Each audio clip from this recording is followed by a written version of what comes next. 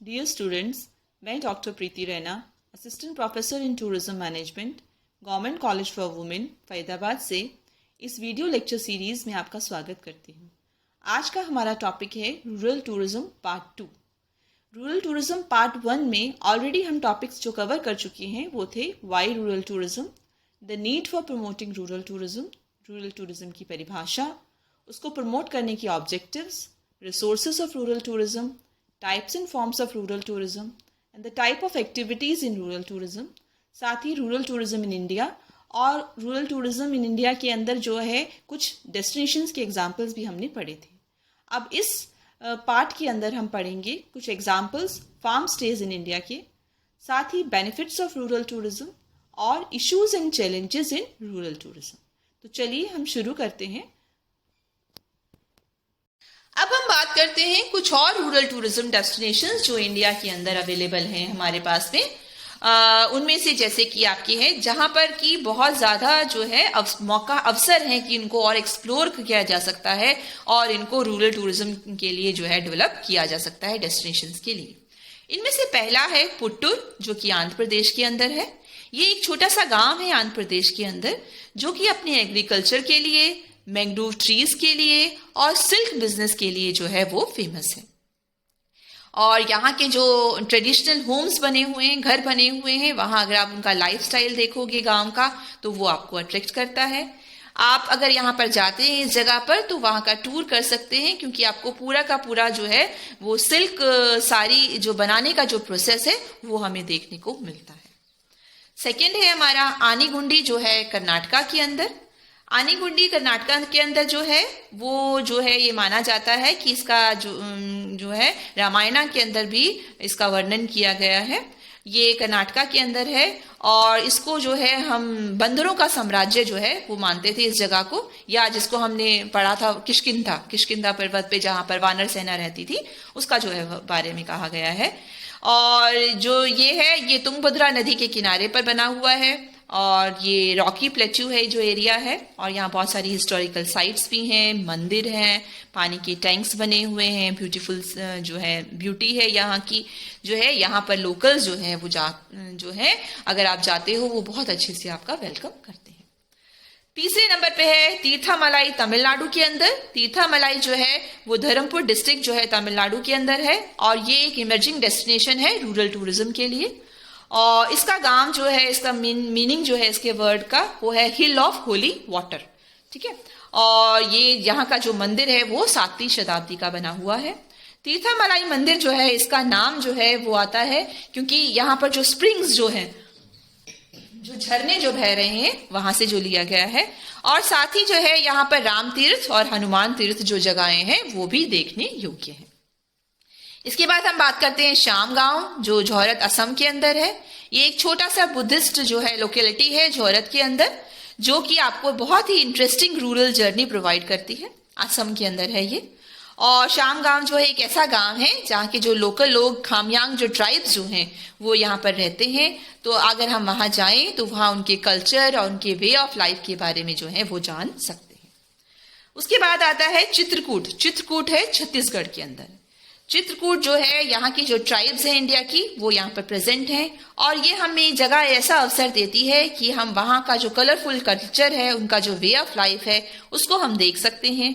ये एक ऐसा गांव है बस्तर डिस्ट्रिक्ट के अंदर जो कि अपने फोक आर्ट्स के लिए, लोक कला के लिए, हैंडीक्राफ्ट्स के लिए जो है मशहूर है। और चित्रकूट के अंदर जो है चित्रकूट वाटरफॉल्स भी हैं जो कि अट्रैक्शन है टूरिस्ट के लिए। वहाँ की जो नेचुरल ब्यूटी है, साथ ही वहाँ का एक फेस्टिवल है, लोकल फेस्टिवल गोंचा फेस्टिवल है और जो है वो भी देखने योग्य होता है अपने आप के अंदर। अगर हम यहाँ जाते हैं तो यहाँ पर जो मंदिर जो है वो भी हम देख सकते हैं। धनतेश्वरी मंदिर जो है वो भी इसी जगह पर लोकेटेड है। इसके बाद है हमारे छठे नंबर पे है होडका, गुजरात के अंदर, जो हमने अभी पहले भी पढ़ा कि होडका जो है वो विलेज है ऐसा जहाँ पर की कम्युनिटीज जो हैं उन्होंने मिलकर जो है इसको डेवलप किया है अपने आर्ट एंड कल्चर को दिखाने के लिए। और जो यहाँ का जो इकोसिस्टम है वो काफ़ी डाइवर्स है। यहाँ पर वेटलैंड्स भी अवेलेबल हैं, 100 तरह की चिड़ियाएँ अवेलेबल हैं सर्दियों के महीने के अंदर। होम स्टे यहाँ पर बना हुआ है शामी शरद के नाम से, जहाँ पर आप रह सकते हो। और यहाँ के लोग जो हैं शरद उत्सव भी सेलिब्रेट करते हैं, तो हम उसमें भी शामिल हो सकते हैं। 7वें नंबर पे अब उसके बाद नेक्स्ट आता है आपका पीपली। पीपली जो उड़ीसा के अंदर है, और पीपली जो आपका उड़ीसा के अंदर है, ये एक ऐसा गांव है जो कि 230 फैमिलीज को सपोर्ट करता है। और इसकी खास बात ये है कि ये क्षेत्र फेमस है अपने आर्टिस्टिक वर्क के लिए, एप्लिक वर्क के लिए। एप्लिक वर्क होता है बेसिकली जो कलरफुल जो कपड़े होते हैं उनको काट के अलग अलग शेप्स में काटा जाता है। चिड़िया की शेप हो सकती है, किसी करेक्टर की शेप हो सकती है, नेचुरल जो आप फूल पत्तों की शेप हो सकती है, उनको काट कर जो है उनको फिर उससे सिला जाता है। तो एप्लिक वर्क की जो है आपकी चादरें होती हैं, बैग्स पे बनाया जाता है, कपड़ों पे बनाया जाता है, इस तरह से उनको स्टिच किया जाता है। और ये सारे जो प्रोडक्ट्स जो हैं वो घर की डेकोरेशन के जो है वो काम आते हैं। तो ये एक डेस्टिनेशन जो है डेवलप हुआ है, क्योंकि वहाँ के जो लोकल कल्चर को जो एक तरह से लोकल आर्ट उसको जो है दर्शाया गया है, तो वो एक आकर्षण होता है, तो लोग वहां पर जाते हैं। और इसी तरह से लाचेन है सिक्किम के अंदर। ये सिक्किम के अंदर सिचुएटेड है, एक छोटा गांव है जिसके आप, और ये गांव कहाँ पर सिचुएटेड है, आपके बर्फ से ढके हुए पहाड़ हैं एक तरफ, वहां पर आपके कॉनिफर ट्रीज जो हैं, तो आप नेचुरल ब्यूटी है जिसको देखने के लिए जो है लोग वहां पर जाते हैं। सिंपल लाइफ है लोगों की, गांव का जो जीवन है। अगर कोई ट्रिप करना चाहे यहाँ पर, वहां पर ट्रैकिंग कर सकता है, सराउंडिंग रीजन के अंदर वॉक कर सकता है। वहाँ के जो लोकल लोग हैं वो बहुत ही सामाजिक हैं, और बहुत ही जो भी मतलब कि टूरिस्ट आते हैं उनका बहुत अच्छे से जो है वो वेलकम जो है वो करते हैं। अब हम बात करते हैं कुछ ऐसे उदाहरण की जो कि हमारे फार्म स्टेज हैं। फार्म स्टेज जो कि हमें समझ आया था जब हमने बात की थी एग्रीकल्चरल टूरिज्म की या फार्म टूरिज्म की, तो यानी कि जब कोई टूरिस्ट है वो ऐसे स्थान पर जा रहा है और जाकर जो है फार्म हाउसेस के अंदर इन्वॉल्व हो रहा है, वहाँ की लोकल एक्टिविटीज के अंदर इन्वॉल्व हो रहा है। तो उनके कुछ एग्जाम्पल्स हैं जिनमें हम सबसे पहले बात कर रहे हैं देवालोकम फार्म स्टे रिट्रीट, करिमन्नूर केरला के अंदर है ये। और ये एक ऑर्गेनिक फार्म हाउस बना हुआ है जो कि कोची एयरपोर्ट से 90 मिनट्स की दूरी पर है। केरला जो है वो एक स्पाइस बेल्ट है जहां पर मसाले उगाए जाते हैं सभी तरह के। इसके अलावा जो है फ्रूट्स हैं, वेजिटेबल्स हैं, मिल्क, हनी, ये सभी चीजें यहाँ प्रोड्यूस की जाती हैं। और जो गेस्ट है उसके लिए बहुत सारी एक्टिविटीज भी अवेलेबल हैं, जैसे कि वो गेस्ट जो है जो जहाँ पर मसाले उगाए जा रहे हैं उस एरिया में वॉक कर सकता है, उनकी जानकारी प्राप्त कर सकता है। विलेज एरिया के अंदर वॉक कर सकता है, वहां पर आप बेम्बू राफ्टिंग कर सकते हैं, मंदिर जो है मंदिर का विजिट कर सकते हैं, काउ मिल्किंग कर सकते हैं। क्यों टूरिस्ट जो है वो एंजॉय करते हैं कि भाई जो गाय है उसका दूध कैसे निकाला जाता है, या जो स्विमिंग की जा सकती है। इसके अलावा योगा, आयुर्वेदा, या जो है आप अपने खुद से भी अपनी कुकिंग करना चाहते हैं तो वो भी की जा सकती है आपकी इस तरह से। उसी तरह से सेकेंड है आपका vanilla country, Kottayam district Kerala के अंदर है। ये जो है एक यहाँ पर एक 70 साल पुराना जो है एक ऐतिहासिक बंगलो है जो कि 150 एकड़ के अंदर बना हुआ है, और वहां पर जो है ऑर्गेनिक रबर उगाई जाती है और स्पाइस प्लांटेशन जो है वो की जाती है। ये 2.5 किलोमीटर दूर है कोची एयरपोर्ट से। और जो गेस्ट हैं यहाँ पर स्विमिंग कर सकते हैं, क्योंकि यहाँ पर चट्टानों के बीच में जो है नेचुरल पूल्स बने हुए हैं, प्राकृतिक पूल बने हुए हैं जहाँ पर लोग एंजॉय करते हैं। प्लांटेशंस जो हैं वहाँ एरिया में वॉक कर सकते हैं, ट्रैकिंग कर सकते हैं, चिड़ियों को देख सकते हैं, गांव विजिट कर सकते हैं, लोकल एरिया में मेडिटेशन कर सकते हैं क्योंकि मेडिटेशन के आश्रम बने हुए हैं। और केरला के जो बैक वाटर्स हैं वहाँ पर क्रूज भी किया जा सकता है। अब इसी लिस्ट के अंदर हमारा नेक्स्ट है माचली, सिंधुगढ़ डिस्ट्रिक्ट के अंदर, महाराष्ट्र के अंदर। माचली भी एक फार्म स्टे है जहां पर की जो है माचली का अर्थ है बेसिकली एलिवेटेड हट्स, जो हट्स बनाई गई हैं ऊंचा उठाकर उनको हम बोलते हैं। तो जो है इनका डिजाइन जो है हट स्टाइल अकोमोडेशन जो है यहाँ पर बनाई गई हैं, नेचर के अंदर है। यहाँ पर कोकोनट ट्रीज हैं, बीटल नट है, बनाना है, स्पाइस प्लांटेशन जो है। उसके अलावा यहाँ पर जो है मीठे पानी का जो है झरना जो है वो भी बह रहा है। तो जो रिस्पॉन्सिबल टूरिज्म है बेसिकली उसके ऊपर जो है यहाँ पर ज्यादा फोकस जो है वो किया गया है। नेक्स्ट है आपका दूध सागर प्लांटेशन या फार्म स्टे जो गोवा के अंदर है। दूधसागर प्लांटेशन जो है, यहाँ पर जो एरिया है, यहाँ पर पाइनएप्पल्स, कैश्यू नट्स उगाए गए हैं। कैश्यू नट्स की डिस्टिलरी फैक्ट्री भी लगाई गई है यहाँ पर अगर कोई भी आता है, जिन लोगों ने इसको पहले डेवलप किया था, वहाँ पर उस वक्त कोई बिजली नहीं थी यहाँ पर उसके बाद में उन्होंने कुएं खोदे यहाँ पर और इस तरह से अरेंजमेंट्स किए, प्लांटेशन ग्रो की उन्होंने। और ये फार्म स्टे जो है दूधसागर जो वाटरफॉल है उसके नज़दीक में है। और यहाँ पर जो है स्विमिंग पूल भी है, एक बहुत अच्छी जगह है कि आप पूरा दिन जो है आराम से रिलैक्सेशन करते हुए बिता सकते हैं। आप एंजॉय करना चाहें रिवर तो रिवर एंजॉय कर सकते हैं, प्लांटेशन एरिया के अंदर वॉक भी कर सकते हैं। उसके बाद आता है कोनायक टी रिट्रीट, मोन डिस्ट्रिक्ट नागालैंड के अंदर है। ये पॉपुलर प्लेस है ट्री प्लांटेशन के लिए और जो कि नॉर्थ ईस्ट रीजन के अंदर आता है। ये जो फार्म हाउस है ये लोकेटेड है आपका रिमोट एरिया के अंदर, जो कि 250 हेक्टेयर एरिया है टी स्टेट का, वहां पर लोकेटेड है। यहाँ पर जो फार्म जो है आपका, वहां पर ऑरेंज जो है आपके संतरे जो हैं, संतरों के पेड़ भी हैं, वो भी उगाए जाते हैं और ऑर्गेनिक वेजिटेबल गार्डन भी है।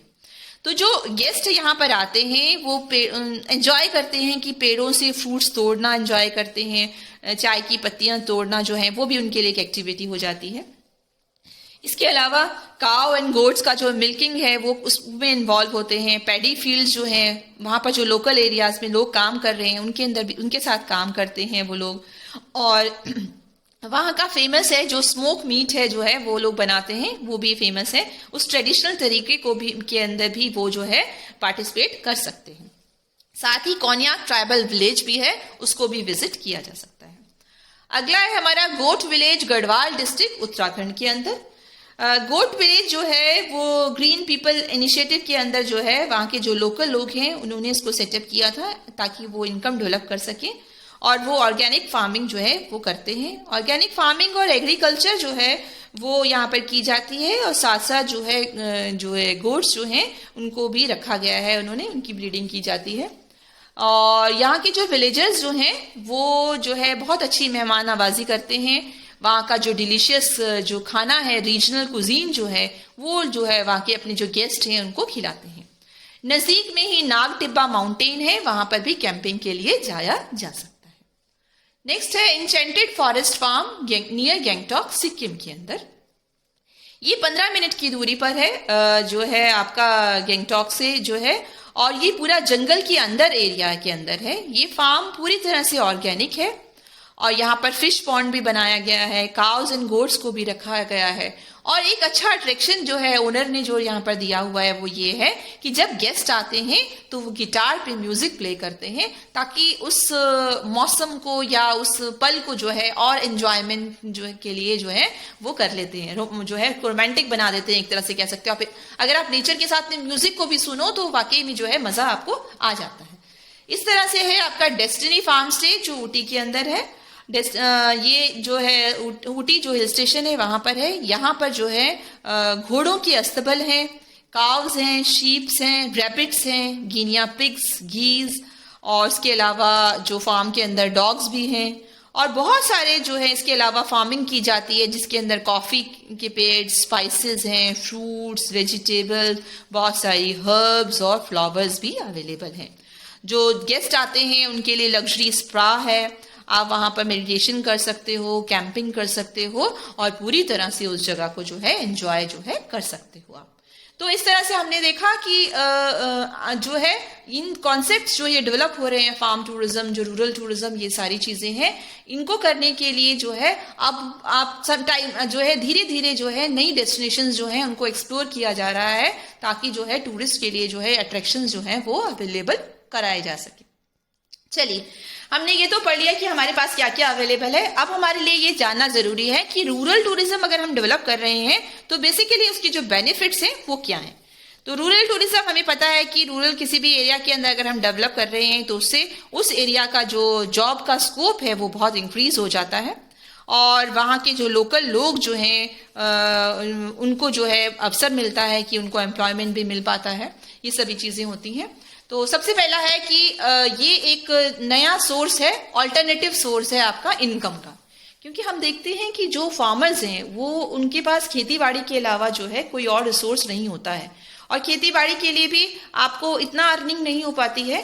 तो धीरे धीरे अपने आप को डेवलप करने के लिए, अच्छी लाइफ डील करने के लिए जो है रूरल टूरिज्म की मदद से जो है उनको अल्टरनेटिव्स जो है वो मिल जाते हैं, क्योंकि वो अपनी एकोमोडेशन प्रोवाइड कर सकते हैं। उनकी जो सब्जियां हैं या जो भी चीज़ें वो ग्रो करते हैं वो जो है एज लोकल जो गेस्ट जो आते हैं उनको प्रोवाइड कराई जा सकती हैं, जिससे उनको इनकम हो सकती है। साथ ही अगर टूरिस्ट वहाँ पर जो आ रहा है तो वो उनकी बनी हुई जो आर्ट एंड क्राफ्ट की जो चीज़ें हैं उनको भी परचेज कर सकता है। तो इस तरह से जो है ये एक सोर्स है इनकम का। दूसरी बात, रूरल टूरिज्म जो है उससे जो है बढ़ावा मिलता है इंफ्रास्ट्रक्चर डेवलपमेंट को भी। अब आप किसी भी एरिया को, जैसे हमने एग्जांपल लिया था पीपली गांव का, उड़ीसा के अंदर जो हमने देखा था, जो एप्लिक वर्क के लिए काम करता है, तो अब क्योंकि उसको हमने एज ए रूरल डेस्टिनेशन के रूप में डेवलप किया, तो वहां पर सड़कों की कनेक्टिविटी पूरी है, हाईवे के साथ वो जुड़ा हुआ है, ट्रांसपोर्टेशन भी है, बिजली की सुविधा भी है, कम्युनिकेशन की भी सुविधा है, तो सारी चीजें जो हैं वो बेटर हो गई हैं। तो उसका फायदा सिर्फ टूरिस्ट को नहीं होता, वहां के लोकल्स को भी होता है, तो वो जो है बेटर हो गया। इसी तरह से ये हेल्प करता है टू एम्पावर वुमेन, जो लेडीज जो हैं, जो कि उनको एक मौका मिलता है कि वो लोग भी अर्निंग कर सकती हैं, वो लोग अपना बिजनेस सेटअप कर सकते हैं। जो लोग अपने हाथ से बनाई हुई चीजें बेच रहे हैं, अपने हाथ से बनाया हुआ कुजीन जो है वो सर्व कर रहे हैं, तो इस तरह से लेडीज जो हैं उनको भी जो एक मौका मिला है कि वो जो है अर्निंग जो है वो कर सकते हैं, एम्प्लॉय हो सकते हैं। इसी तरह से ये एनकरेज करता है कलेक्टिव कम्युनिटी, यानी कि कम्युनिटी के जो लोग हैं उस एरिया के, सब मिलजुल कर जो है उस एरिया के अंदर टूरिज्म डेवलपमेंट के लिए काम करते हैं। और वो सब ये जान पाते हैं कि अगर वो अपने एरिया को, अपने एनवायरनमेंट को सुरक्षित रखेंगे तो उससे जो है वो आकर्षण जो है वो लंबे समय के लिए बना रहेगा और उनका इनकम का सोर्स भी जो है वो बना रहेगा। इसी की मदद से जो वहां का जो लोकल कल्चर जो है वो भी वापस से जो है वो रिवाइव जो है वो हो पा रहा है एक तरह से। और देन उसका बेनिफिट ये भी है कि जो लोकल लोग हैं उनको ये महसूस होता है कि भाई हमारा जो एरिया है, जो हमारा जो कल्चर है, उसके ऊपर हम गर्व कर सकते हैं। तो एक तरह से जो उनका सेल्फ एस्टीम है, जो उनकी आइडेंटिटी है, जो उनके अंदर जो प्राइड की भावना है वो डेवलप होती है। क्योंकि अदरवाइज क्या होता है, अगर उनको लगता है कि नहीं हम तो पिछड़े हुए हैं, हमारे पास, हम तो किसी के साथ जुड़े नहीं हुए, हम देश से बिल्कुल कटे हुए हैं, हमें कोई जानकारी नहीं है, वो ऐसा महसूस करते हैं। पर जब टूरिस्ट वहां आते हैं, उनकी जगह की तारीफ करते हैं, उनके काम की तारीफ करते हैं, तो उनको भी अपने आप पर, अपने ऊपर जो है गर्व जो है वो महसूस होता है। तो इसी तरह से जो है कि जो रूरल टूरिज्म है वो कंट्रीब्यूट करता है उस एरिया को कंजर्व या प्रोटेक्ट करने के लिए, क्योंकि जब आप आ रहे हो वहां पर देखने के लिए वहां की वाइल्ड लाइफ को, और तो क्या होगा, गवर्नमेंट भी जो है एफर्ट्स करती है कि वहां का जो एनवायरनमेंट जो है वो प्रिजर्व हो सके, वहां के जो वाइल्ड लाइफ जो है उसको प्रिजर्व किया जा सके, तो उसको जो है वो सारी चीजें जो है लंबे समय तक बनी रहती है। इसके अलावा जो लोकल कम्युनिटी है उनका जो लिविंग स्टैंडर्ड है वो इंक्रीज होता है। वो जैसे कि हमने बोला, इनकम अगर उनकी डेवलप होगी, उनके पास पैसा ज्यादा आएगा, वो लोग पढ़ेंगे लिखेंगे, ठीक है, तो वो उनकी जो जरूरतों की चीजें हैं उनको पूरा कर सकेंगे, तो उनका जीवन स्तर जो है वो भी बेहतर हो जाता है। इसके अलावा बहुत सारी ऐसी जगहें जिनका इस्तेमाल नहीं हो रहा था रूरल एरियाज के अंदर, पर अब जो है उनको छोड़ दिया गया था, तो अब उनको वापस से जो है रिवाइव किया जा रहा है उन एरियाज को जो अबंडन कर दिए गए थे। क्योंकि हमें पता है कि as a tourist attraction tourist उन जगहों को देखने के लिए आता है, तो आप वापस से उन जगहों को मेंटेन करते हैं। उसके अलावा बेनिफिट ये है कि ये एक ऐसा अवसर देता है कि जो उन एरियाज के अंदर जो पॉपुलेशन जो है वो बनी रहे। क्योंकि नॉर्मली क्या होता है, लोगों के पास में जब पैसा नहीं होता तो जो लोकल्स लोग होते हैं ज्यादातर हम देखते हैं कि वो अर्निंग के लिए गांवों से शहरों की तरफ पलायन करते हैं अर्निंग के सोर्सेस लेने के लिए। तो उससे क्या होता है कि गांव के अंदर जो जितनी जनसंख्या है वो कम होनी शुरू हो जाती है।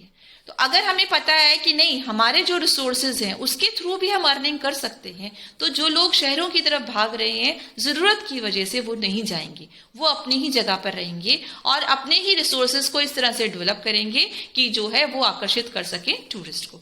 तो इससे जो है वहां की पॉपुलेशन जो है वो कम नहीं होगी। तो और साथ ही जो बहुत सारे एरियाज हैं वो उनके अंदर पॉपुलेशन और बढ़ भी सकती है, क्योंकि उस एरिया के अंदर अगर डेवलपमेंट किया जाएगा तो इवन बहुत सारे अर्बन एरियाज के लोग भी आके वहां सेटअप होना शुरू करेंगे। कोई अपनी दुकानें लगाएगा, कोई एकोमोडेशन के लिए सुविधाएं सेटअप करेगा वहां पर, कोई रिजॉर्ट बनाएगा वहां पर। तो इस तरह से जो है हम देखते हैं कि रूरल टूरिज्म से जो है काफी बेनिफिट जो है उस एरिया को होते हैं। अब देखिए जैसे ये कोई एरिया है, वहां पर अगर टूरिस्ट आते हैं इस एरिया के अंदर, रूरल प्लेस है ये नॉर्थ ईस्ट की, तो जो वहाँ के जो लोकल्स हैं, लेडीज जो हैं, उन्होंने अपनी शॉप लगाई है, अपने खेतों के अंदर जो उगी हुई ऑर्गेनिक जो सब्जियां हैं वो बेच के अपनी आमदनी जो है उनको मिल रही है। इसी तरह से ये लोग अपना जो आर्ट एंड क्राफ्ट का सामान है वो सेल कर रहे हैं।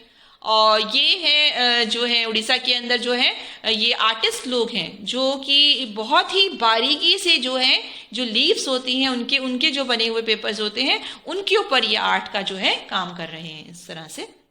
और ये आर्ट इतनी फेमस है, ये इंटरनेशनल लेवल तक फेमस है ये आर्ट, जो टूरिस्ट आता है वो उसको खरीदता है। ये जो पूरा का पूरा गांव जो है, ये पूरा का पूरा गांव यही काम जो है वो करता है। इसी के अलावा ये इनका जो है आपका आर्ट वर्क जो है किस तरह से पेंटिंग्स बनाई गई हैं, ये पूरा का पूरा जो है इनका। और ये दिखाया गया है कि इवन वो लोग जगहें जैसे कि जहाँ टूरिस्ट आता है तो क्या करते हैं, वो लोकल्स अपनी ट्रेडिशनल ड्रेसेस रखे बैठे होते हैं। ट्रेडिशनल ड्रेसेस है, वो टूरिस्ट आके उनको पहनता है, वो खुश होता है उसको उस तरह से अपने आप को महसूस करते हुए, और साथ साथ जो लोकल है उसको अर्निंग हो जाती है, क्योंकि वो उनसे पैसे लेते हैं, उनको अर्निंग हो जाती है। तो ये सभी जो है एक तरह से फायदे हैं। चलिए, अब बेनिफिट के साथ साथ ये जानना भी जरूरी है कि कौन से ऐसे इश्यूज एंड चैलेंजेस हैं जो रूरल टूरिज्म को डेवलप करने के लिए हमारे सामने आते हैं। तो जो जिनकी वजह से जिनको जो है ध्यान देने की आवश्यकता है उनको, कि किस तरह से जो है उनको जो है एड्रेस किया जाए, जिससे कि हम टूरिज्म को जो है और डेवलप कर सकें। तो रूरल टूरिज्म जो है बेसिकली अगर हम देखते हैं तो सबसे पहली प्रॉब्लम है हमारी कम्युनिकेशन स्किल, क्योंकि कम्युनिकेशन स्किल हम जानते हैं कि बहुत ज़रूरी होता है अट्रैक्ट करने के लिए टूरिस्ट को। तो लैंग्वेज की जो डिफरेंस है या बेसिक एजुकेशन का जो डिफरेंस है वो एक रुकावट का काम करता है इसके अंदर जो है।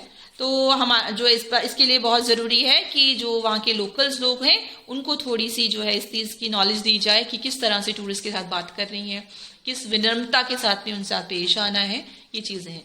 सेकेंड आपका इशू है इनसफिशिएंट फाइनेंशियल सपोर्ट जो है हमारे लिए। तो मोस्टली जो रूरल टूरिज्म मार्केटर्स जो होते हैं वो पुअर फैमिलीज से आते हैं, पुअर बैकग्राउंड होता है, उनके पास इतना फाइनेंशियल सपोर्ट नहीं होता है गवर्नमेंट की तरफ से या बैंक बॉडीज की तरफ से, क्योंकि जो है अगर उनको लोन फैसिलिटी लेनी पड़ती है तो उसके लिए जो है उनको लोन भी चुकाना होता है, उनके पास इतने फंड्स नहीं होते हैं या फिर उनको इतनी टेक्निकल नॉलेज भी नहीं होती है, और इसलिए वो अपना जो स्टार्टअप बिजनेस जो है वो शुरू नहीं कर पाते हैं। नेक्स्ट है lack of trained human resource. जो रूरल टूरिज्म है, हमें पता है एक अच्छा रूरल टूरिज्म किसी एरिया में डेवलप करना है तो वो क्वालिटी ऑफ हॉस्पिटैलिटी सर्विसेज पर भी डिपेंड करता है, किस तरह से टूरिस्ट को जो है वो वेलकम किया जाता है। पर रूरल एरियाज के अंदर ट्रेन्ड ह्यूमन रिसोर्स अवेलेबल नहीं होता, ये एक कॉमन इशू है उस एरिया के अंदर जो काफी ज्यादा इफेक्ट करता है टूरिज्म इंडस्ट्री को। मोरओवर जो ट्रेन पीपल जो अगर अर्बन एरियाज से जो है वो रूरल एरियाज के अंदर जो है सेटअप होना नहीं चाहते हैं। इसके बाद में नेक्स्ट है आपका लैक ऑफ बेसिक इंफ्रास्ट्रक्चर। जो आपके रूरल एरियाज हैं वहां पर जो बेसिक इंफ्रास्ट्रक्चर है, जैसे हमने कहा था सड़कें, अच्छा water facility, electricity, communication system, इसकी जो है कमी है, ये है। नेक्स्ट है lack of business planning skills. तो जो लोकल एरियाज हैं उनके अंदर प्लानिंग स्किल्स नहीं है, क्योंकि वो उतने एजुकेटेड नहीं है, वो ये नहीं जानते हैं कि किस तरह से वो अपना जो है बिजनेस डेवलप कर सकते हैं, अपना प्रोजेक्ट शुरू कर सकते हैं उस एरिया के अंदर।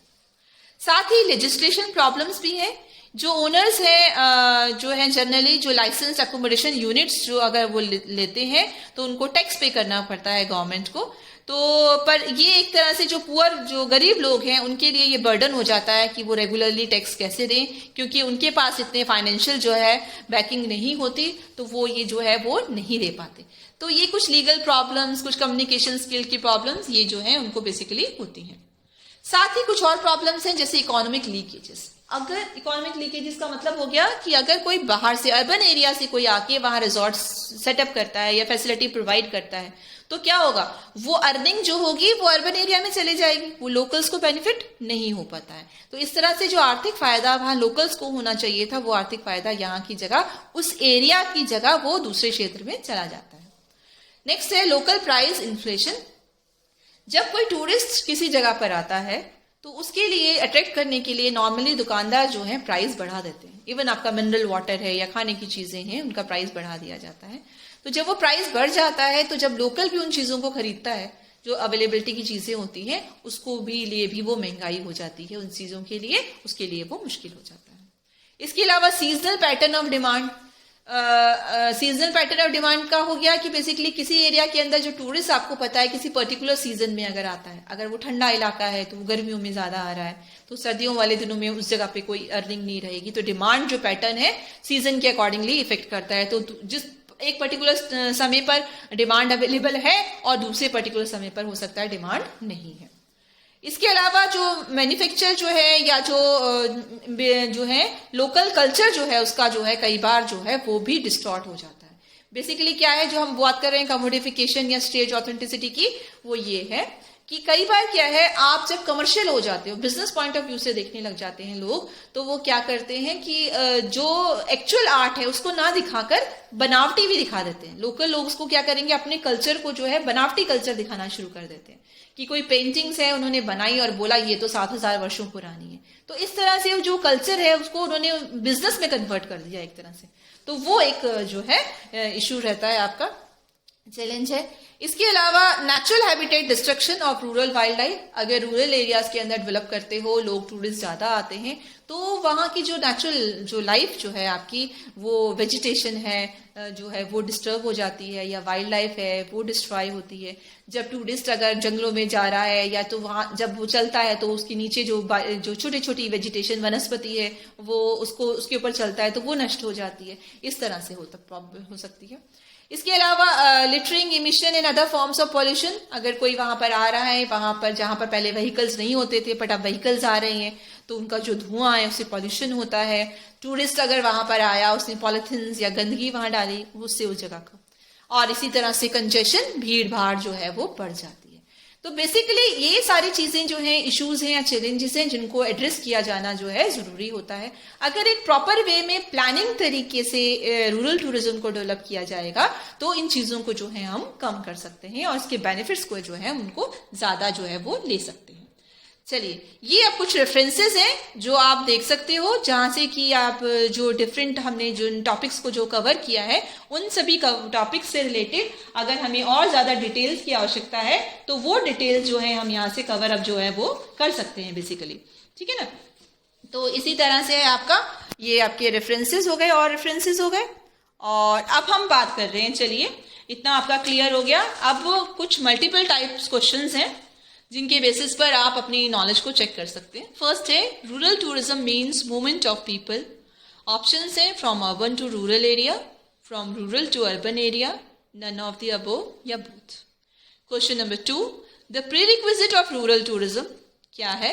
Destination functionally rural, located in rural area, traditional character या all the above. Question number 3 है, which of the following are the resources of rural tourism? Flora and fauna, local cuisine, folk music and dance, and all of the above. Question number 4 है, which of the following is not a form of rural tourism? तो वो है आपका business tourism, eco tourism, farm tourism या forest tourism. Question number 5, name the activities in rural tourism: cycling, walking, harvesting and sowing, and all the above. Then question number 6, Rural Tourism Scheme in partnership of UNDP was launched in the year 2000, 2004, 2002 or 2006. Next question है, which state won the UNWTO Ulysses Award for the innovation? Kerala, Sikkim, Andhra Pradesh or Maharashtra? And question number 8, a small village in Andhra Pradesh is a destination of rural tourism and is popular for silk business, woolen business, carpet business or none of the above. Next question number 9, name the village of Odisha which is famous for the applique work: Hudka, Lachin, Shyamgaon or Pipli. And question number 10 is, the main benefits of rural tourism: it helps in infrastructure development, develop sense of pride, self-esteem in local people or contribute to conservation and protection. So आप इन सभी questions को करके अपनी knowledge को जो है वो कर सकते हैं चेक। सो ओवरऑल स्टूडेंट्स, हमने देखा कि इस वीडियो के अंदर हमने रूरल टूरिज्म को समझा है और हमने देखा है कि रूरल टूरिज्म जो है वो एक इमर्जिंग कॉन्सेप्ट है, इसका फ्यूचर बहुत प्रॉमिसिंग है। क्योंकि इंडिया जो है it has rich cultural heritage, और इंडिया के अंदर जो है बहुत कुछ है जिससे कि जो है वो रूरल टूरिज्म को जो है हम प्लान तरीके से अगर डेवलप करें तो इसके बहुत बेनिफिट जो है हमें मिल सकते हैं लॉन्ग टर्म के लिए। जो है इसको प्रॉपर अगर मॉनिटरिंग करेंगे, प्रॉपर इंस्पेक्शन किया जाएगा तो इसको जो है हम इसके बहुत ज़्यादा बेनिफिट जो है वो ले सकते हैं। So students, I hope this video will be useful for you. So happy learning, keep learning and have a good day.